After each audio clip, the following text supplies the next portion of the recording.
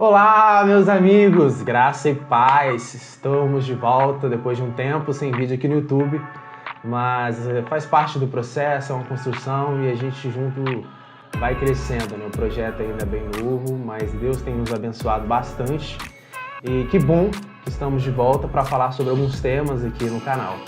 E hoje a gente quer falar sobre um tema que é liberdade cristã. E por que a gente quer falar sobre esse tema? Porque a gente acaba recebendo algumas perguntas daquele tipo: posso fazer tatuagem? Posso beber bebida alcoólica? Posso fazer isso? Posso fazer aquilo?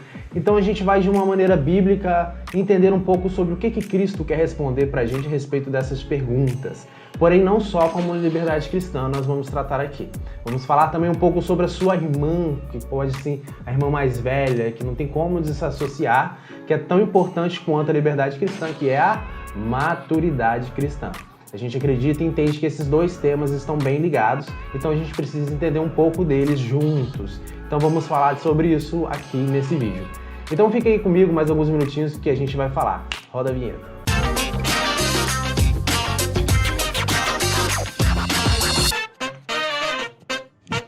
E antes de começar a falar sobre o assunto, já deixa sua curtida. Se você ainda não é inscrito no canal, se inscreva. O seu apoio é muito importante para que a gente consiga crescer e trazer mais conteúdos aqui, novos programas, novos vídeos, e isso tudo vai depender muito daquilo que vocês estão querendo ver aqui no canal, beleza? Pois bem, vamos ao que interessa. E a gente vai usar como base um texto de Colossenses que está lá no capítulo 2, no versículo 20 ao 23, que diz o seguinte: se, pois, estáis mortos com Cristo quanto aos rudimentos do mundo, por que vos carregam ainda de ordenanças como se vivesseis no mundo, tais como: não toques, não proves, não manuseis, as quais coisas todas perecem pelo uso, segundo os preceitos e doutrinas dos homens, aos quais têm, na verdade, alguma aparência de sabedoria em devoção voluntária, humildade e disciplina do corpo, mas não são de valor algum senão para a satisfação da carne. Então vamos lá. Esse texto de Colossenses ele fala muito sobre a liberdade que Cristo nos concedeu, né? Que é algo muito importante para nós cristãos. Que também é negligenciado por muitas pessoas. Algumas pessoas usam muito os extremos. Algumas pessoas acabam com a liberdade dos outros, colocando ordenanças, assim como Colossenses diz. E algumas outras pessoas usam demais essa liberdade cristã e acabam pecando pelo excesso, pecando pela liberdade e ferindo as outras pessoas. Isso acontece não só com pessoas, mas com igrejas, né? Algumas igrejas acabam, nos seus dogmas, naquilo que elas acreditam e interpretam da Bíblia, colocando um peso excessivo aos irmãos, colocando um peso excessivo sobre ordenanças, coisas que, como assim diz Colossenses, na verdade não acrescentam em nada na nossa vida espiritual, são meras coisas que a gente faz para disciplina, para poder corrigir, para tudo mais. É como se a gente pegasse e considerasse todo mundo criança, todo mundo é muito infantil. Então a gente precisa criar várias ordenanças, da mesma forma como foi usada a lei de Moisés. A lei de Moisés, quando ela foi instaurada, a Bíblia diz que ela serviu como aio até Cristo, né? Até quando você foi liberto por Cristo. Aquelas leis, aquelas ordenanças serviam para você não ir para a direita nem para a esquerda, para você se manter num caminho reto, né? Mas como a gente pôde ver ao longo da história, e o Novo Testamento nos deixa claro isso, que na verdade a lei ela não trouxe salvação para ninguém, e isso era apenas ordenanças que algumas pessoas cumpriam, outras pessoas não cumpriam. E se você tropeçasse em um tio apenas daquilo, você era condenado por toda a lei. Porém, por que acabam algumas igrejas fazendo essas ordenanças, né? Acabam porque, na verdade, nós como os cristãos ainda somos muito infantis, nós ainda somos muito imaturos, nós não sabemos lidar com a liberdade. Nós acabamos lidando com a liberdade de uma maneira muito libertina, né?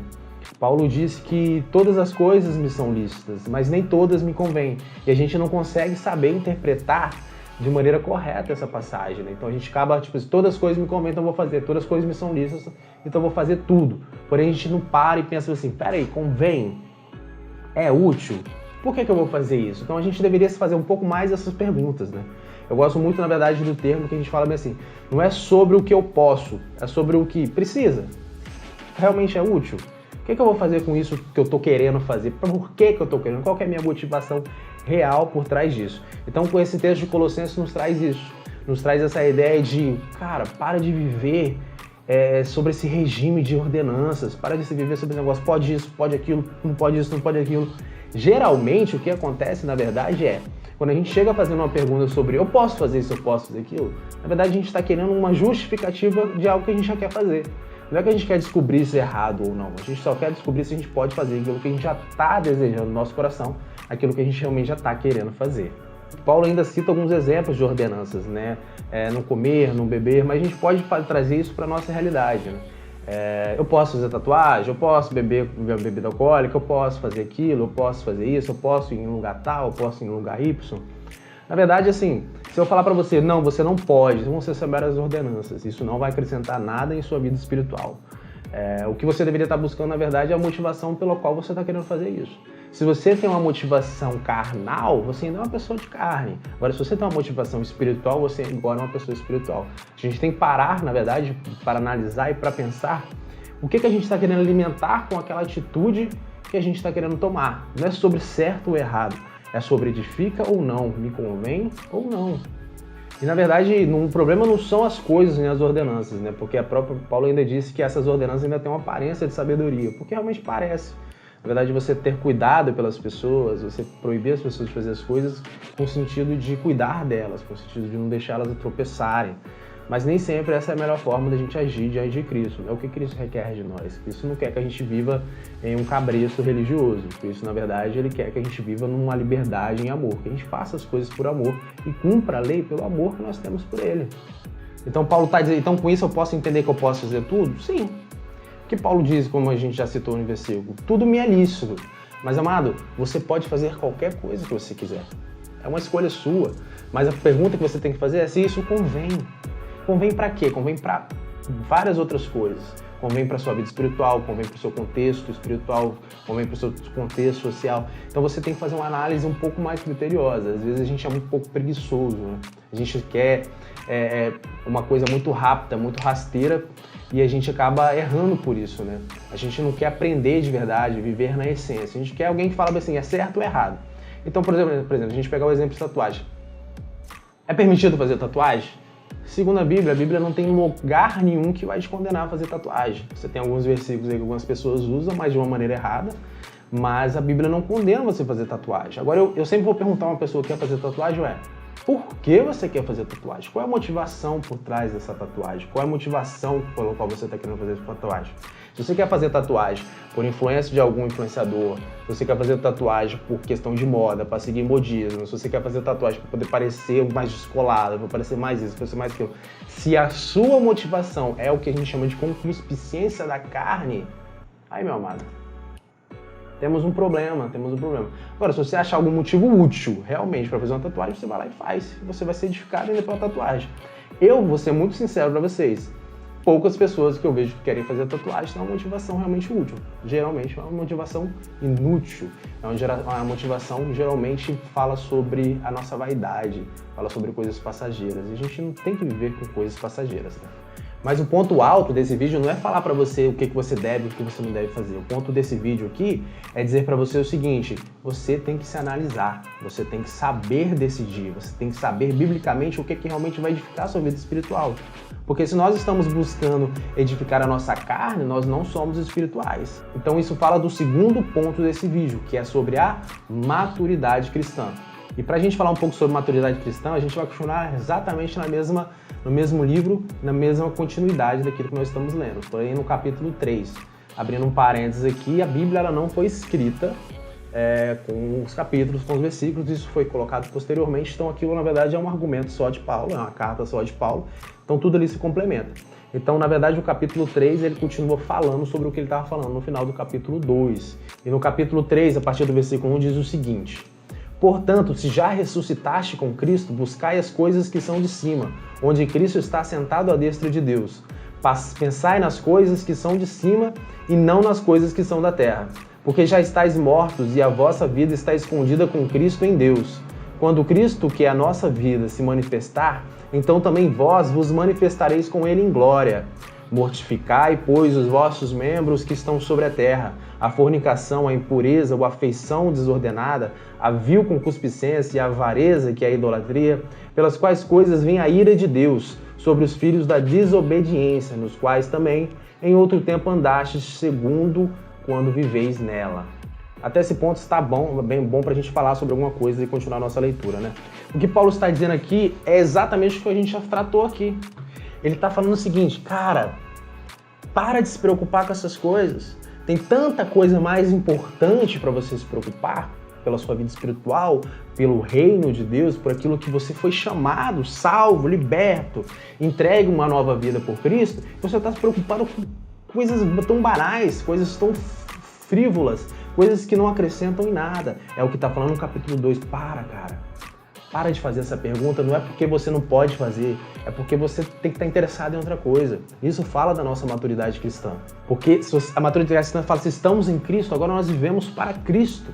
Nós somos pessoas espirituais, nós vivemos em Cristo, nós andamos com Cristo, nós fazemos as coisas que Cristo fazia. A gente se preocupa com as coisas que Cristo se preocupava.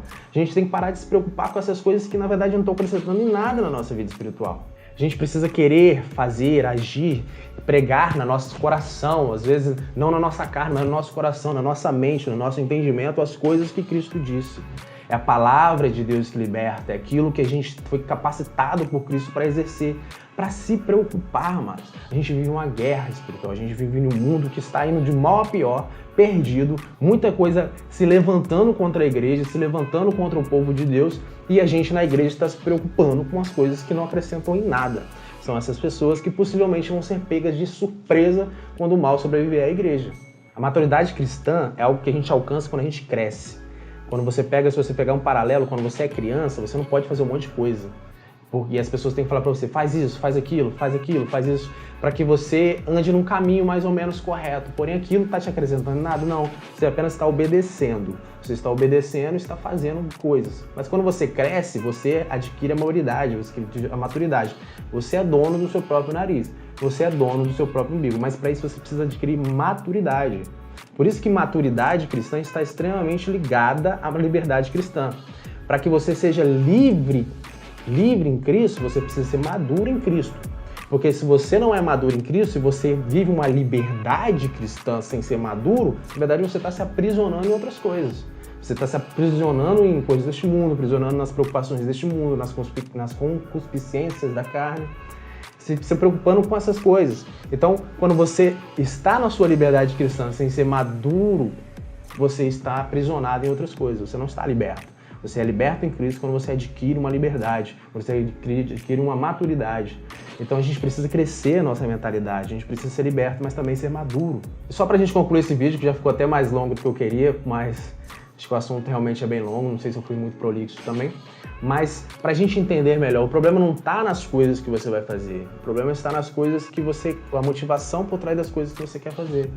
É sobre motivação, é sobre o seu coração. Quem tem seu coração? É as influências e as coisas que esse mundo está preocupada ou é as coisas do reino de Deus a qual você deveria estar prestando mais atenção e preocupado? Lembrando sempre, meu amigo, amado, às vezes um ato não é um problema, porém a consequência que traz aquele ato tem um problema. Ou seja, por exemplo, se você ainda vive com seus pais dizem que você não é para você fazer uma tatuagem, você vai lá e faz, você tem um problema, você tem um pecado aí por trás, né? Se você frequenta uma igreja que a sua igreja não concorda com aquelas coisas que você faz, não faça, meu amigo. Você vai escandalizar as pessoas, você vai prejudicar alguém. Lembra, você precisa amar as pessoas como a você mesmo. Então, se você quer fazer algo pro seu bem, pensa se isso vai causar o bem ou mal para outra pessoa também. Então a gente precisa prestar atenção mais nessas coisas e menos nesses afazeres diários, faz isso, faz aquilo, amado, sai disso. Viva em Cristo, viva a sua liberdade cristã, mas também viva a sua maturidade cristã. Viva para o reino de Deus de verdade, de forma genuína. E a gente precisa buscar na Bíblia. A Bíblia está aí para nos ensinar, o Espírito Santo está aí para nos convencer. E nós precisamos parar de ler a Bíblia para poder fazer com que ela concorde com aquilo que nós estamos pensando ou querendo. A gente precisa ler a Bíblia contra a gente, porque que a Bíblia molde e transforme a nossa mente. A Bíblia toda. Não é você ler aquele capítulo, aquele versículo que você mais gosta e tomar aquilo como única coisa para sua vida e você se edificar e firmar um fundamento em cima daquilo, não. É sobre o Cordeiro todo, é sobre tudo. Então a gente precisa entender a palavra de Deus e buscar na palavra de Deus e parar de sermos infantis e fracos na fé e principalmente fracos na palavra de Deus. Espero que vocês tenham gostado desse vídeo. Acho que foi um vídeo longo, mas talvez um vídeo que eu já estava querendo fazer há um tempo. Se você ficou com alguma dúvida, marque, deixa um comentário aqui que a gente vai responder todos os comentários.